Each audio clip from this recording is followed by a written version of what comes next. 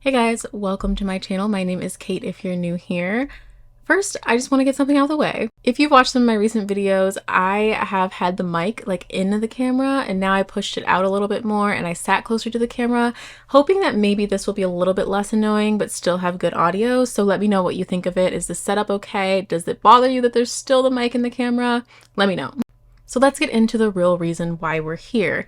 Tanner Leatherstein did another video that I want to talk about. Now, if you are not aware of who Tanner Leatherstein is, he's a leather expert who does videos on TikTok and YouTube about deconstructing designer handbags and talking about how much they're actually worth without the name. So he had a little bit of drama with the Real. That's what my video last week is all about. It's all about the Real, buying from them, fakes, all this stuff. So if you want to go check that out, feel free, I will link it. But this one is about Chanel specifically. So Tanner did a video, as usual, deconstructing a designer bag to see what's inside of it, see what it's made out of, see how high quality or low quality the leather is. Now, the specific bag was donated to Tanner to make this video by the Leather Guys.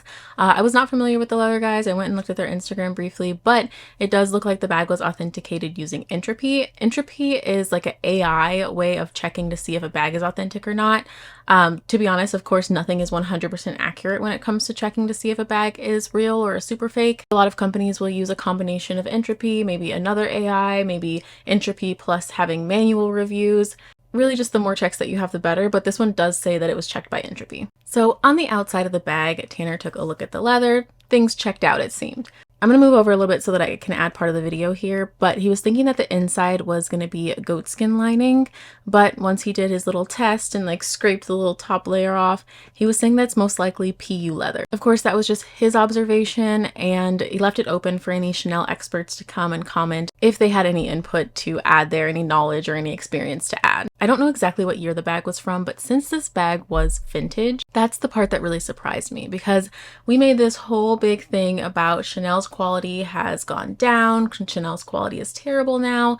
The last few years, Chanel has just had bad quality, but vintage is amazing. Vintage is perfect. We love vintage Chanel, right? And to see that they might not have been using real leather on the lining of their bags even back then, I can see how that could make you a little upset. So I saw a couple of comments on the video. Some were saying that they think that the bag is a real Chanel bag and it's possible that they did use PU leather back then. And then there were far more comments saying that they think that the bag is not authentic. Now, I can't speak to the authenticity of the bag. To be honest, I just don't know. I'm not able to authenticate a Chanel bag that is vintage based off of a TikTok video that was only however long. And nowadays, you just can't guarantee that something is real if it didn't come from the Chanel boutique. And I'm also not as familiar with the Leather Guys, so if it was coming from Fashion File or someone that I know and trust, then maybe things would be a little bit different and I would be, more willing to just trust that this is a real bag, but I don't know, to be honest. And whether the bag is real or not doesn't really have that much to do with what I'm about to say next and what I'm going to go through in this video.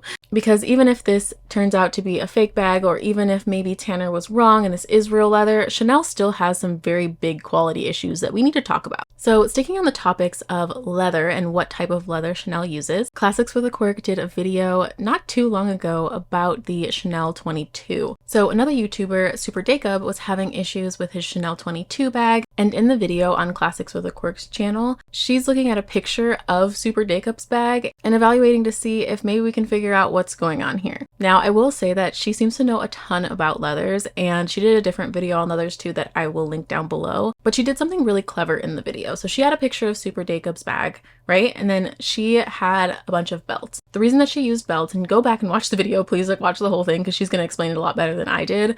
But the reason that she said she used belts to compare and see what damage looks like on each type of belt is because belts are very transparent about what type of leather they're using, what's in the belt, and they just make it pretty obvious and it's really easy for you to tell. Now, when she compared the Chanel 22 to the belts, the damage on the Chanel 22 looked most like the damage that was on a belt that was made out of bonded leather. Now, if you're like me, I had an idea of what bonded leather was. I knew that it was like a cheaper version of leather, that it wasn't as good as these high quality leathers, but I didn't know exactly what bonded leather was or how it was made. So we have the definition here according to Wikipedia. So bonded leather is made by shredding leather scraps and other fibers, then mixing it with bonding materials. So the mixture is then extruded onto a cloth or paper backing, and the surface is usually embossed with a leather-like texture or grain. So it has some real leather in it, But the point is that it's usually other materials that are mixed in there as well, just to make things cheaper. So that raised the question, is maybe Chanel using bonded leather on their bags? Because they're not really that specific when it comes to the materials that are in their bags. This is 2022, 2023 that we're talking about. This is Chanel now.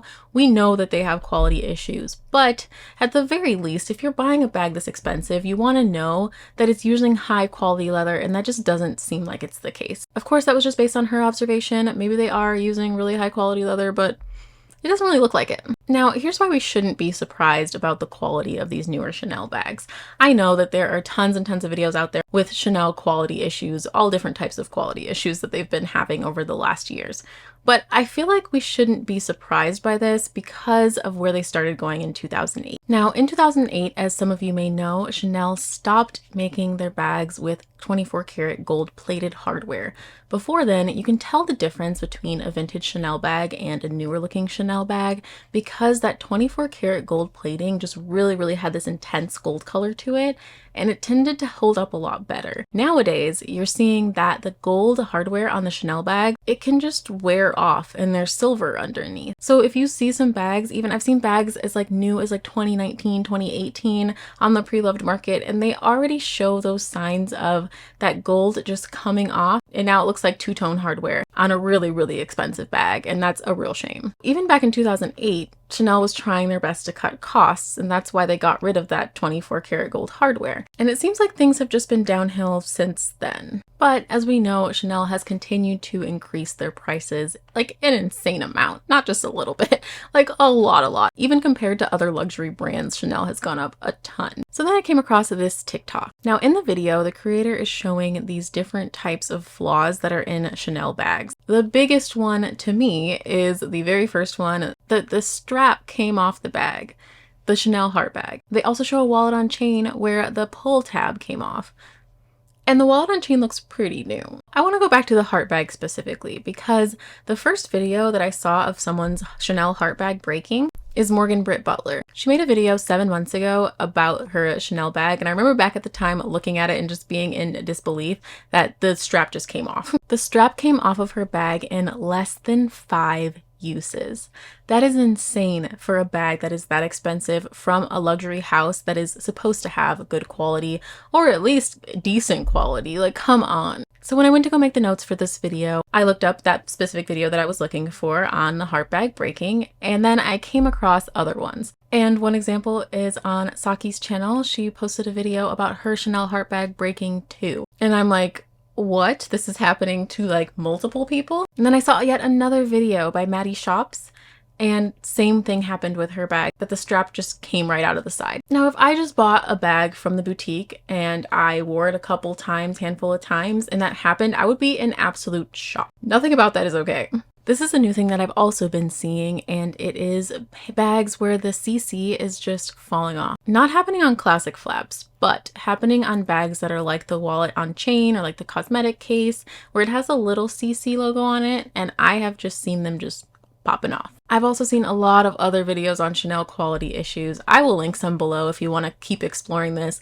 Also, just search Chanel quality on TikTok, and that will take you to all the videos that you ever need to see about Chanel's quality. And with all that info that we are now armed with, it is 2023, and you cannot tell me that you are purchasing a Chanel bag for the quality. Because at this point, it's one of those things where if you go and you buy a Chanel bag, you're doing it to yourself.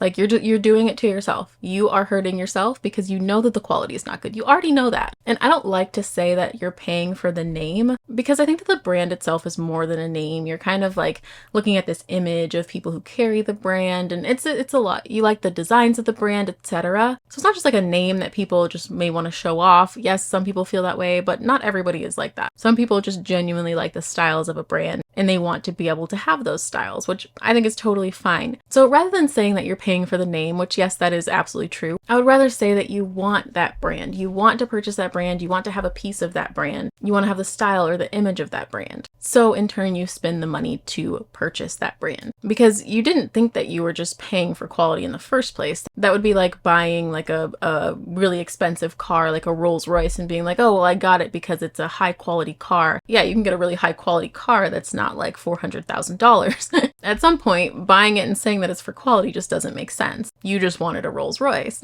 which is fine. So we already knew that a $9,000, $10,000, $8,000 bag was not going to be $8,000, $9,000, $10,000, even $1,000 maybe worth of materials. But we at least thought that it would hold up. The whole point in the beginning of buying these brands was that you could pass them down to your kids, you could use them for the rest of your life, you could get them repaired instead of replacing them. And that's just not the case anymore, and it's really sad. So after all those quality issues, what did Chanel do to gain their customers' trust back? Honestly, not much, but they did put in place Chanel and Me, which is their warranty program. So any bags purchased after 2021, they are under warranty for 5 years. Now this warranty only applies to defects, basically. So any normal wear and tear, they are not going to cover that. But for defects, you can take it back into the Chanel boutique so they can fix whatever they messed up to begin with. I tried to look around and see if I could find anyone's experiences with this, if they've had to send something back under warranty, but I really couldn't find that much about it. The other thing that I thought was interesting though is that under that Chanel and Me, they also have like this repairs/spa kind of thing going on there. They do not give very much information on this on their website, like whatsoever. And this part is all you have to pay for it. Like the warranty, they will repair it for free if it was their issue, their error that they made making the bag. This part is what you would pay for to get a bag repaired or spa'd. And what it actually says is Chanel Restoring Care. Only the House of Chanel is able to restore its creations while guaranteeing their beauty. Blah, blah, blah, blah. This service first applies to Chanel's black leather iconic handbags. So you can only fix the ones that are in black? Doesn't that sound crazy to anybody else? That sounds crazy to me. So only Chanel can restore these creations while guaranteeing their beauty. But you can only do it if the bag is black. That's it. That's also why we have leather surgeons, but that's a whole different thing. Love them, by the way, happy that they exist. In doing research for this video, I found this Reddit post that I want to share with you because I feel like this is a really real world story of what's going on with Chanel. A lot of the creators that I've shown their videos where they have stuff falling off their Chanel bag and they have quality issues, they are content creators. They are luxury content creators for the most part. So that's a lot of what I tend to see. This person on Reddit doesn't seem to be a luxury content creator, and I think it's just interesting to see it from that perspective too, because you are a customer that walked into the store. Maybe you don't have 1,000 Chanel bags, like maybe you don't constantly watch videos about Chanel bags, and this is kind of based more just on a single event that happened and a single purchase that you made, rather than having a lot of this outside influence that people as luxury content creators have. So the title of the post is my first and will be my last $10,000 Chanel bag buying experience. So they go on to explain that their wife was having a birthday, so they went to Chanel to pick out a bag for her. And I think that the part that really got me, it says additionally, she had been talking all last year about designer purses and how Chanel has raised prices twice in the last year to maintain exclusivity.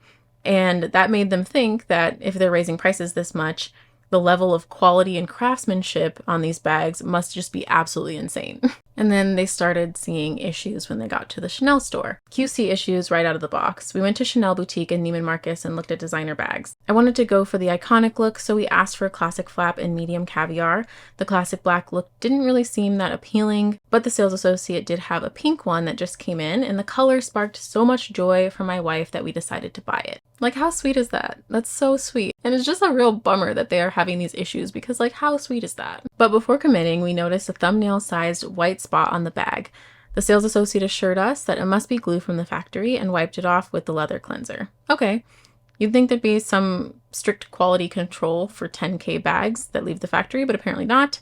Since the sales associate was able to remove the stain, we went ahead with the purchase. And then they went on to say that the receipt didn't match the item that they purchased. They purchased something that was from 22 spring, and they got a receipt saying that they purchased something from 18 spring. And then they got home and started taking pictures of the bag, literally looking at it, and something just seemed off, and it was that the bag was not symmetrical. It was crooked. And I have seen multiple people say this about the bags being crooked. I actually have seen them, and I don't go to the boutique very often. So mind you, this is one trip to the boutique. I've only been there one time in the last 2 or 3 years, and that was 3 or 4 months ago. So I went into the Chanel boutique and they had a few flat bags on display, and they were very, very clearly crooked. You could see that these bags were not symmetrical. The flap was just leaning. And at first I was thinking they can't just be made crooked. It probably was just that like they closed it weird or like it's propped up some.